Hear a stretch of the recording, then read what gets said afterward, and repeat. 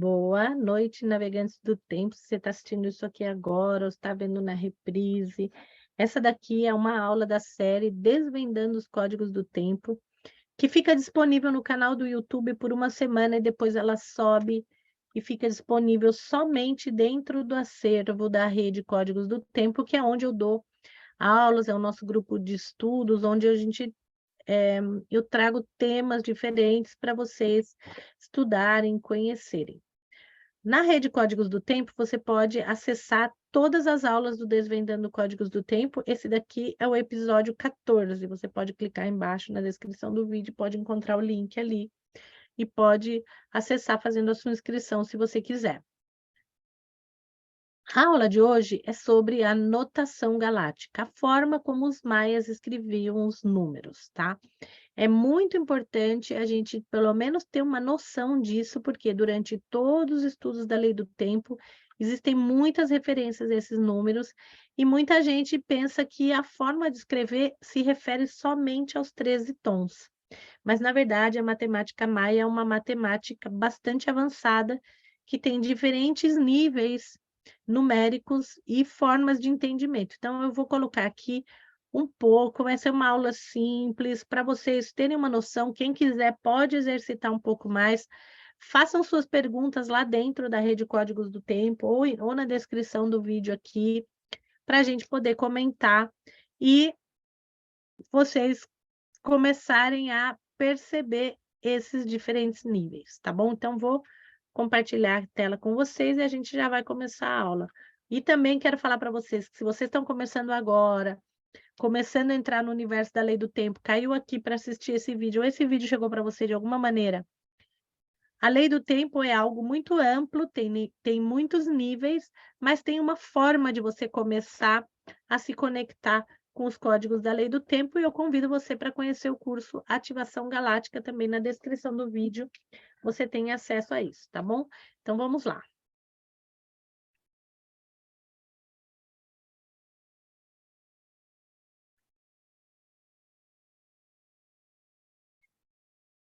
Esse tema da notação galáctica é um tema que muitas pessoas me perguntam, muita gente conhece um pouco da numeração maia, porque você começa a estudar a lei do tempo, você começa a aprender a fazer as anotações com ponto e barra, mas muita gente pensa que isso está limitado somente aos 13 tons, sendo que esse é um tema bastante amplo, a matemática maia é bastante ampla, eu não vou me aprofundar muito, mas eu vou dar uma explicação básica e quem gosta desses assuntos pode investigar, exercitar, descobrir coisas, tá bom? Então vamos lá. A notação galáctica é essa notação aqui, dos pontos e barras, que quando você olha, você já fala, isso aí eu já sei, são os 13 tons, 12, 5, 1, né? A gente já sabe, mas ela vai muito além disso. O Valon Votan falava assim, ó, a matemática maia, na verdade, é um sistema dual de progressões primárias baseado num sistema de notação vigesimal. O sistema primário é progressão binária universal absoluta, 2, 4, 8, 16, 32, 64 até o infinito. Então, vai em forma de progressão infinitamente e você consegue anotar qualquer tipo de número só com pontos e barras. E também, né, nos códigos maias, em todas as anotações que existem sobre os maias, tem números referentes a, por exemplo, milhões de anos atrás, milhões de anos para frente, tudo com esse tipo de anotação. Então, para recapitular aqui, a gente já sabe que um pontinho na anotação galáctica é 1 e uma barra é 5, tá? Então, quando tem um pontinho lá, a gente já sabe que é o número 1, 2 pontinhos é 2, 3 pontinhos é 3, 4 pontinhos é 4, uma barra é 5, e depois vai, uma barra e 1 ponto é 6, uma barra e 2 pontos é 7, uma barra e 3 pontos é 8, uma barra e 4 pontos é 9, 2 barras é 10, 2 barras e 1 ponto é 11, 2 barras e 2 pontos é 12, 2 barras e 3 pontos é 13, que a gente já acostumou os 13 tons da onda encantada. A sequência dos 13 tons vai do tom 1 ao tom 13. Mas não é só isso. Você pode anotar, por exemplo, os 20 números dos 20 selos em notação galáctica ou qualquer número que você quiser. Aqui, os 20 selos, vocês sabem que eles representam 20 números. O 1 é o dragão, o 2 é o vento, o 3 é a noite, o 4 é a semente, o 5 é a serpente, o 6 é o enlaçador, o 7 é a mão, o 8 é a estrela, o 9 é a lua, 10 o cachorro, 11 o macaco, 12 o humano, 13 o caminhante do céu, 14 o mago, 15 a águia, 16 o guerreiro, 17 a terra, 18 o espelho, 19 a tormenta e 20 o sol. O sol a gente pode escrever assim, 4 barras, mas tem outras formas da gente escrever o número 20 e todos os outros números, e agora eu vou mostrar para vocês como é que é. Lembrando que a sequência é sempre 2, 4, 8, 16, 32, que representa uma progressão primária que avança dobrando a última soma. Por exemplo, 2 mais 2 é 4, 4 mais 4 é 8, 8 mais 8 é 16, 16 mais 16 é 32, 32 mais 32 é 64, e assim por diante, né? E o 64 é a base do nosso código genético, do DNA, que, por sua vez, também é a base dos hexagramas do I Ching. Inclusive, eu já fiz aula sobre isso no Desvendando Códigos do Tempo, também cursos avançados. Existe uma conexão entre o I Ching, os 64 hexagramas lá dos chineses, aquele quem não conhece, procura no Google o livro do I Ching, o oráculo do I Ching. Tem 64 hexagramas que são escritos em barras inteiras e cortadas, né? Linhas inteiras e linhas cortadas, da mesma maneira que se escreve o DNA, com cortadas e inteiras. Então, existe uma conexão, existe um estudo profundo sobre isso, mas não é o tema dessa aula. Ele só está se referindo aí que, de novo, aparece o 64. E a matemática, ela vai em níveis, tá? Então, como se fosse um ábaco. Por exemplo, você imagina que ábaco é aquela coisa de madeirinha que tem as bolinhas assim, né? Cada nível daquele ábaco tem uma validade. Então, por exemplo, tudo que está nesse primeiro nível vale 1. Então, se eu puser um pontinho aqui, esse pontinho vai valer 1. Se eu puser uma barra, vai valer 5. Se eu puser no segundo nível, cada pontinho aqui vai valer 20. Uma barra aqui vai valer 100, porque tudo vale 20. No terceiro nível, tudo vale 400. Então, um pontinho vale 400. Uma barra aqui vale 2.000. Aqui, um pontinho vale 8.000. Aqui, um pontinho vale 160.000. Aqui, um pontinho vale 3.200.000. Aqui vale 64 milhões. E aqui vale 1.128.000. E vai para frente, 128 milhões e assim por diante, infinitamente lá para cima, tá? Então, a gente tem que pensar que é como uma matemática ressonante, que é uma matemática que a gente olha, percebe, não é uma coisa assim como os nossos números, que são tipo números árabes, que a gente olha e o número é aquilo ali, tá? Não. Existe um universo, uma percepção ressonante dessa matemática. Por exemplo, o número 20, você pode escrever, ali aparece como 4 barras, que não estaria errado, mas aqui você pode ver que o número 20, ele é assim, o 0 é essa representação aqui, e aqui tem um pontinho no segundo nível, tá? Então, 0 vezes 1 é 0, e 1 vezes 20 é 20, né? Então, aqui, nesse nível, é 20. Como que a gente escreve isso? 1.0, porque é um pontinho no primeiro nível, 0 no segundo nível. O número 21, por exemplo, é um pontinho no primeiro nível, outro pontinho no segundo nível. A gente escreve 1.1. Escreveria assim. O número 441 escreve da seguinte maneira. No primeiro nível é 1 pontinho, no segundo nível são 2 pontinhos, que é igual a 40. No terceiro nível é igual a 1 pontinho, que é igual a 400, são 441. E para escrever é 1.2.1, 1.2.1, tá? Vocês vão ver muita quem estuda fator Maia e livros aí sobre esse tipo de matemática, como que é escrito nos Bactun 9.0.0.0. Isso está se referindo a uma época. Se você tiver crânio para mentalizar e ver, você vai encontrar aonde que é o momento no tempo do 9.0.0.0, por exemplo, né? Aqui. Esse número aqui a gente vê bastante, porque se você olhar aqui, ó, na anteninha B52, que é essa anteninha aqui, Sirius B52, tem todos esses números. Tem o 21, o 441 e aqui o outro número que é o 9.261, 21 vezes 21, que é um pontinho. No segundo nível tem 3 pontinhos, que é 60. No terceiro nível, que é 400, tem 3 pontinhos, então é 3 vezes 400 igual a 1.200. E no primeiro nível lá em cima é um pontinho que vale 8.000. Então, 8.000, 9.261.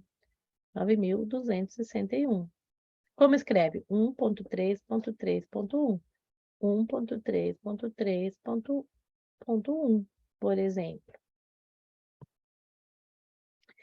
Aqui eu peguei um pedacinho num texto do Valum Votan, que ele dá um exemplo, e ele era fascinado por números, ele era fascinado pela matemática maia, ele achava que era uma matemática de altíssimo nível, né? Porque ele conseguia compreender a universalidade desse tipo de anotação. E aí ele fala assim, né? Porque a gente está acostumado com o número decimal, 1, 2, 3, 4, 5, 6, 7, 8, 9, 10. Com isso faz um monte de coisa.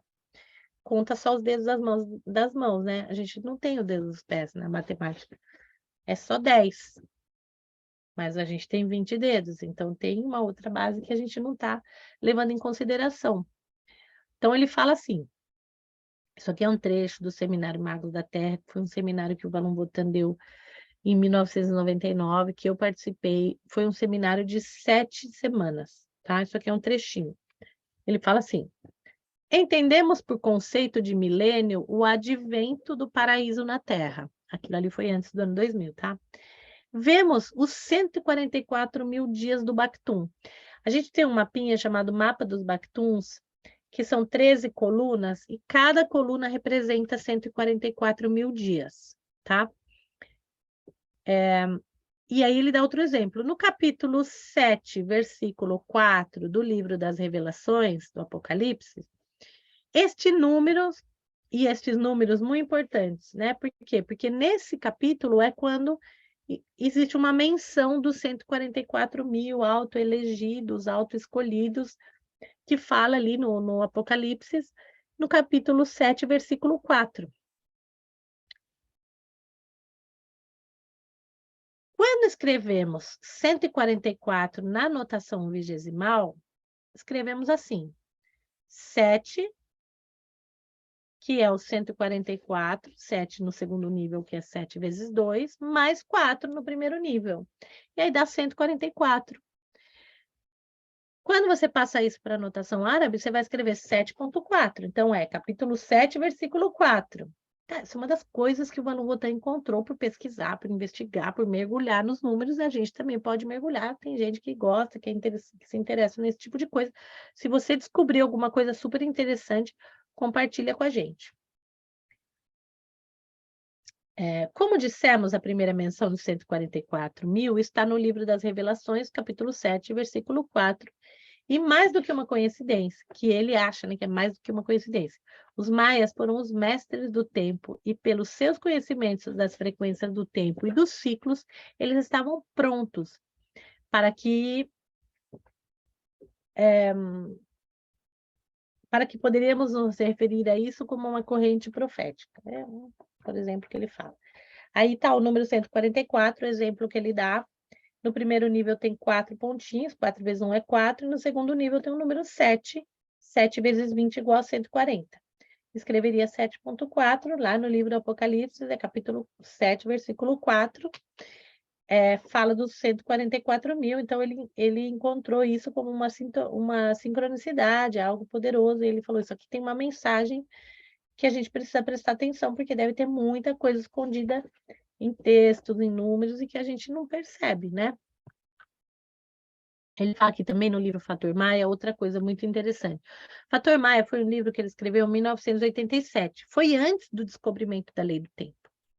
Ele já tinha descoberto os portais de ativação galáctica, já era um investigador profundo do Tzolk'in, já conhecia bastante, já tinha escrito A Terra em Ascensão, um tratado de geomancia, o Banco Psi, ele já tinha um entendimento sobre o I Ching, muitas coisas nesse momento, tá?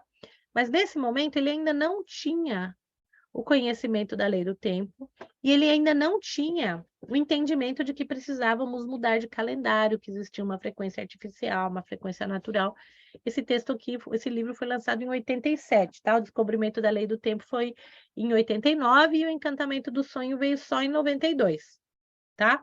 Só para colocar vocês numa linha de tempo aqui, porque às vezes você pega um livro do Valum que fala uma coisa e vocês pensam que vocês vão aprender sobre o sincronário nesse livro, e aí é um livro que fala totalmente de outra coisa. Porque a revelação da lei do tempo foi acontecendo em diferentes etapas. Etapas foram acontecendo coisas, foram sendo reveladas, ele foi juntando diferentes conhecimentos e as coisas foram acontecendo. Então, ele fala aqui assim, o sistema matemático dos maias foi e ainda é o mais bem definido e o mais eficiente sistema que descreve os harmônicos de ondas universais que governam as manifestações de todas as matrizes espaço-temporal. O sistema supõe um campo unificado expresso através de progressões binárias harmônicas que, sendo intrinsecamente harmônicas, também descrevem a matriz unificada espaço-temporal como um campo de ressonância. Uma vez que a progressão primária descreve um processo universal, os sistemas matemáticos e de notação também são universais. Mesmo se a sua origem for terrestre, o sistema notacional harmônico maia somente poderia ter sido criado pela capacidade de uma ressonância pura da mente com a ordem universal. Porém, sendo um harmônico universal puro, o sistema descreve os meios para a transmissão universal através dos poderes ressonantes, operando no mínimo na velocidade da luz. A plena compreensão dos harmônicos de onda representados pelos harmônicos notacionais dos maias abrirá as portas de uma ordem de realidade puramente ressonante e, portanto, não material, que está tão além das complexidades de nossa ordem material atual, quanto representa uma simplicidade desconcertante. Então, ele está falando aqui, esse tipo de notação é como se viesse do futuro, representa uma ressonância e é uma complexidade que para a nossa mente material é complexo, mas ao mesmo tempo é simples, tá? Eu deixo isso aqui para vocês darem uma pausa, lerem, ver o que vocês concluem do que está escrito aqui. Se você já leu o Fator Maia, também coloca lá embaixo, eu já li o Fator Maia, o que você achou? Tem alguma parte dali que você gostaria de pesquisar e tal? Eu vou fazer uma aula sobre o Fator Maia, porque ele tem muitas etapas ali para a gente conversar e ter aulas sobre elas. Não é um livro assim que você começa no começo e termina no fim, ele tem muitas etapas, então, a qualquer momento eu faço uma aula especial sobre isso. E aí, o que eu vou falar para vocês é para você brincar, para você investigar, fazer seus próprios números, tá? Tira aquele negócio que é difícil, porque não é, mas também não é uma coisa essencial. Isso daqui é para quem tem esse chamado desse tipo de investigação, quem quer se aprofundar. Mas é importante vocês saberem que existe, é importante você saber que com esses números você pode anotar qualquer tipo de número, tá? Se você quer escrever em código, por exemplo, o número de telefone de alguém, você pode pôr nessa anotação. Um monte de gente não vai saber ler e assim por diante, tá? Só uma forma para brincar com isso, mas você pode fazer anotações dessa maneira, se você quiser, e ir ampliando a sua percepção, tá? Eu recomendo fazer esse exercício porque é muito mágico você brincar com os números dessa maneira. E vai despertar também outras percepções em você. Então é isso, gente, essa aula é curtinha, é para você dar um pause e tentar investigar e andar ali atrás, ó, tentar entender, ver, rever, escreve os números assim, e aí a gente, pode conversar lá no grupo da Rede Códigos do Tempo. Um abraço grande em Laquete.